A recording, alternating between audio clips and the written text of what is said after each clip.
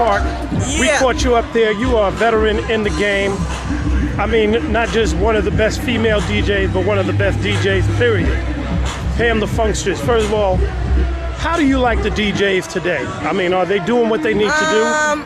Some of them, not all of them. You know, I like the old school DJs because they know how the difference between the new school DJs and the old school DJs. The new school DJs, a lot of them just really want to scratch, throw the song in, or, you know, scratch it up to throw into the next song. But the old school DJs like myself, I like to blend. You know, people want to blend, hear a couple of verses of a song, blend into the next, you know, maybe double it up or something like that. But all that scratching and all that other stuff. Now, on my sets, I do scratch a little bit. Though. Yeah, but if you scratch in rhythm, scratch with the party, scratch with the whole beat. Don't just scratch to be doing it like you're crabbing, like you're in your room. You know what I'm saying? You know, that's what it seems like. It seemed like a lot of DJs just learned how to crab. And now they're DJs. And keep in mind, back in the days when we came up, there was no such thing as crabbing. So you either had to have a quick wrist, or you had to know how to cut it on rhythm. Right. So the crab thing is in some ways, it's kind of like a shortcut. Right. And it's needed if you do battle, right? Right. Crabbing is really for battling DJs, you know. I call myself a party, you know, Pam the party, the AKA the party slapper, because I like to slap the party, but I want to slap them with hit after hit after hit. You know, you can't please everybody, but like I said, you want to hit them with hit after hit after hit, scratch a little bit, bring something else in. You know, you don't have to play all the new stuff to get the party going. You can play a lot. There's a lot of music out there, and if you know how to rock certain songs and with the certain new stuff, old stuff, you know, R&B, hip hop, even if you go East Coast, West Coast, whatever, if you know how to play the songs and know how to mix it in, your party's gonna be off the chain. Let me ask you this: you know, how long you been in the game? You're like a pioneer. Years. You're a pioneer in the Bay Area scene. Yes. Give us a little bit of your resume for people who don't know, because before there was a lot of the female DJs, it was just maybe you. There might have been Baby D from K-Poo. There might have been a couple of females over in New York. Yeah. You know, Wanda D. Right. You going back in those days. Dang, I'm that old? Ooh, I didn't mean to bust you out like that. You don't look it. Look, people, I didn't know half those people he named. All I know is like You knew those people. You knew those I know people. Jazzy Joyce. Let's see, the Coco Chanel. You know, Coco Chanel was in a group called Kings of Swing, right? And it was two guys with the girl DJ with like the Coup, with me, the girl DJ, and two guy rappers. So, you know, I remember those days. But I got a lot of history. I've been around. I've been DJing since. But weren't you doing some production for a little bit too? I was with a group called Female Funk out of East Palo Alto, and that's when I started really getting into producing. And then took a break from that, and then hooked up with Boots and did a couple of production cuts on our albums, but not very much. You know what I'm saying? Now, you know the other thing that's becoming real popular right now, a lot of people are doing the cooking demonstrations and all that. Now, can you let everybody know what I really know Pam for? Like, I love Pam because Pam DJ with me and there's and another all that, side but of the there's another Funkstress. side to the Funkstress. Now, I'm going to use my government name, Pam Warren, Piccadilly Catering. That's my business, Piccadilly Catering. If you need any parties or anything, call your girl. I have a Sunday brunch every Sunday, all you can eat. Davey's been there. I can only come once a year because otherwise I got to be on that treadmill a lot. Yeah, otherwise it'll look like me, healthy. No, I'm just kidding. But seriously, so you've been doing this restaurant thing for a minute. It's going this year, October, will be my 10th year in business. But I've worked there previously before, but 10 years. So you worked there and then bought the business out. Yes. Yep, I used to make sandwiches. Everybody, Pam the Funkstress made sandwiches, and my sandwiches were screaming. Now, what do you think of people like Brian Terry? He has his cookbook jumping off. You know, they got the food festival over in the East Bay right now, so they got a lot of the cooking demonstrations. That's good. Do you feel like you're missing out, or did you rather be here? Are you a DJ or a chef? My passion is being a DJ, but my finances come from being a chef. No? So you ever think you might hook up with like Brian or some of those people, or DJ Fuse is able to get busy? Yeah, he can get down with his jerk chicken or something. I've been wanting to try it. But he used to be a short order cook with the chef and all that. Yeah. Well, you know, I'm taking it to another level. You know, I'm mixing the catering and cooking with the hip hop.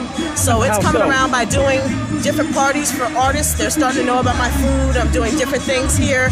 I'm also having people come in. Like right now, I'm on WeEatin.com. It's SBC DJs, a couple of them, started a cooking show. And they done went out there, WeEating.com. Episode number 7, you'll see all about Piccadilly and Pam the Funkstress. Now, you know, we've seen you do your tricks today a little bit, and of course you got the breast scratch, you know, and that's been your signature move. Now I know a couple other female DJs that get down and funky. I'm not gonna start no beef, but if Cotton Candy was standing right next to you, and it was you and Cotton Candy battling, who wins? Wow. You and Cotton Candy. You know I'm supposed to say me, right? But you and Cotton Candy. I'm not trying to start no beef. Yeah, Cotton Candy's my homegirl, so we're a team. So there is no winners, both of us.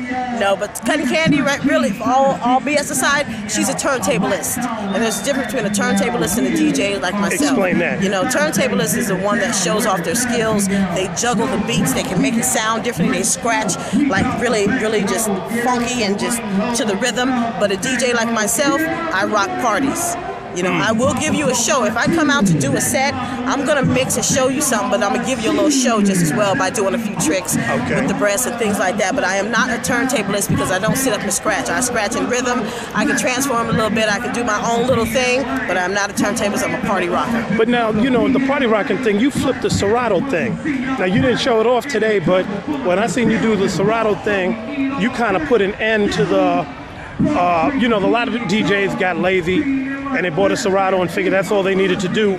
But you started flipping the Serato and made it a whole instrument. Right. Can you explain how you do that? Because now nobody wants to DJ on bills with you or after you.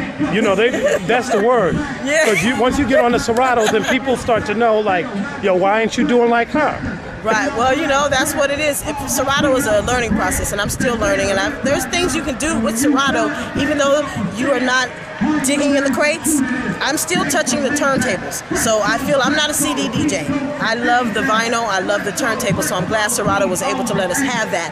But at the same time, you can still work it like you're working two records. It's just that you have to know how to do it.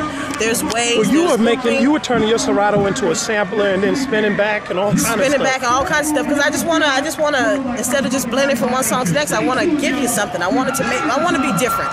You know, when you go to Pam the Funkstress set, or you got me on the bill and you be like, oh, I gotta go on, you know, with Pam. You know, a lot of DJs, I'm not gonna mention no names, but a few of them, you know, if they go on before me and they know I gotta go on, it doesn't matter to me what you play.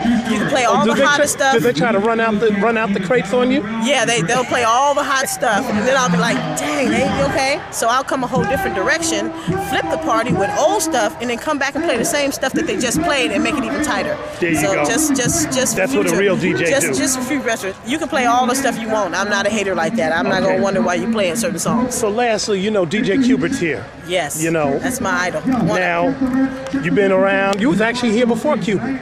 Yeah, you was doing on the scene before him. Yeah, so he had to look up to you a little bit. But now, if I brought Q-Bert over here on the turntables and put you, who wins? No hands down. Me. No, just kidding.